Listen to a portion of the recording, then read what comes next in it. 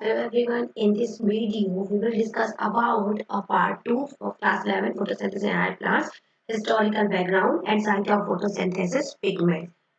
Uh, Hello everyone, this is Priya Soni. Let's start a new topic, historical background, science of photosynthesis pigment of photosynthesis in higher plants, part 2.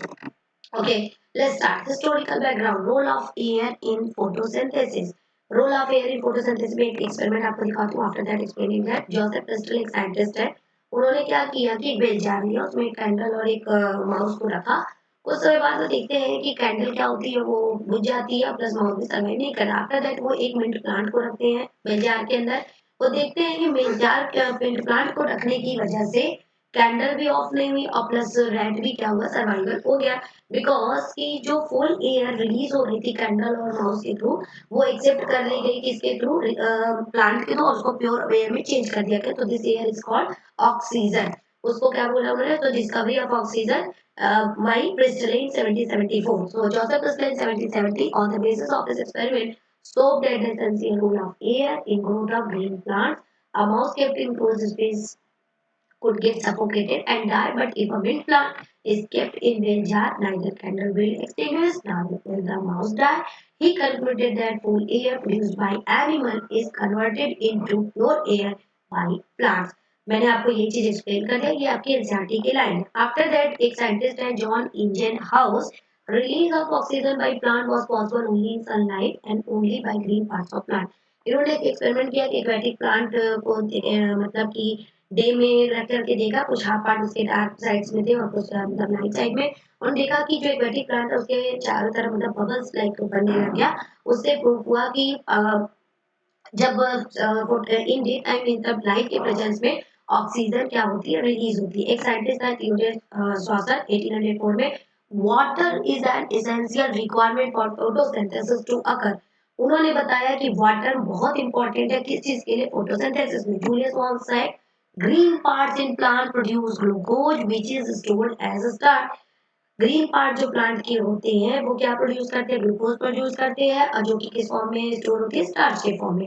फिर एक scientist है T W Engelmann इनके नाम से ही show होता है Engelmann the effect of different wavelength of light on photosynthesis and plotted the first action spectrum of photosynthesis first time जो spectrum show किया था फोटोसिंथेसिस किसने दिया था टी डब्ल्यू एंगलमैन ने उन्होंने क्या किया था एक ग्रीन एल्गा लिया था स्लेडोफोरा पर उन्होंने जब लाइट का मतलब कि वेवलेंथ डिफरेंट टाइप के वेवलेंथ को देखा तो उन्होंने कलर में देखा कि सबसे ज्यादा जो फोटोसिंथेसिस रेट इंक्रीज कर रही थी वो रेड लाइट में और ब्लू में सीबी वॉन नील एक साइंटिस्ट है उन्होंने एक्सपेरिमेंट किया था किस पर पर्पल और ग्रीन बैक्टीरिया में फोटो ग्रीन बैक्टीरिया में किया था photosynthesis essential a light dependent reaction in which hydrogen from an oxidizable compound reduces CO2 to form sugar. He gave a simplified equation of the photosynthesis.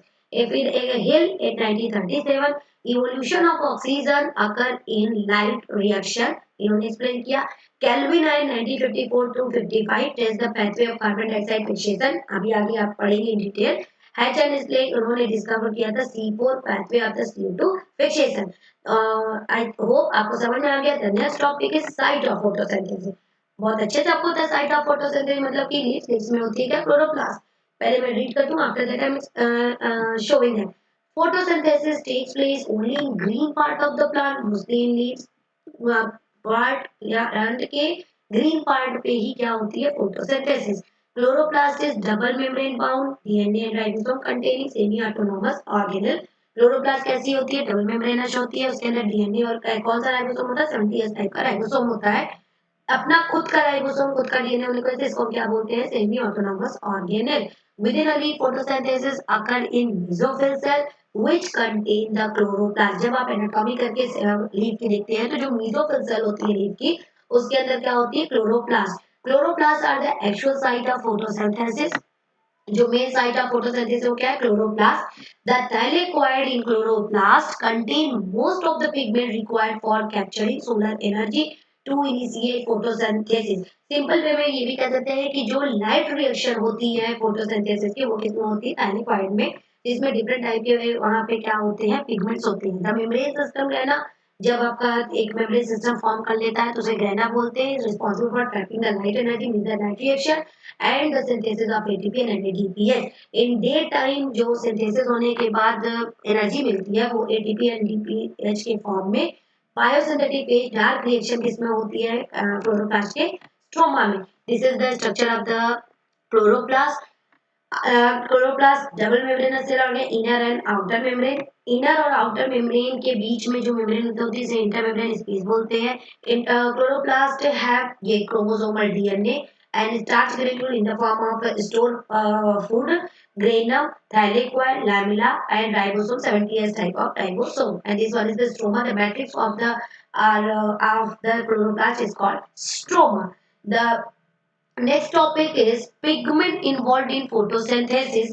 The photosynthesis pigment are of two types. Primary pigment chlorophyll A and B. मतलब A and B chlorophyll was A B C D होते हैं. But primary pigment में chlorophyll A and B mere NCERT. And accessory pigment में these support the function of the primary pigment.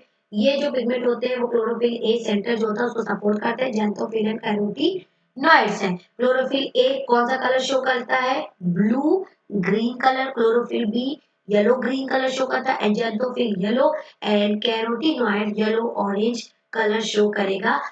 I hope आपको सब समझ में आ गया होगा. In next part discuss about what is the light reaction. Okay bye bye.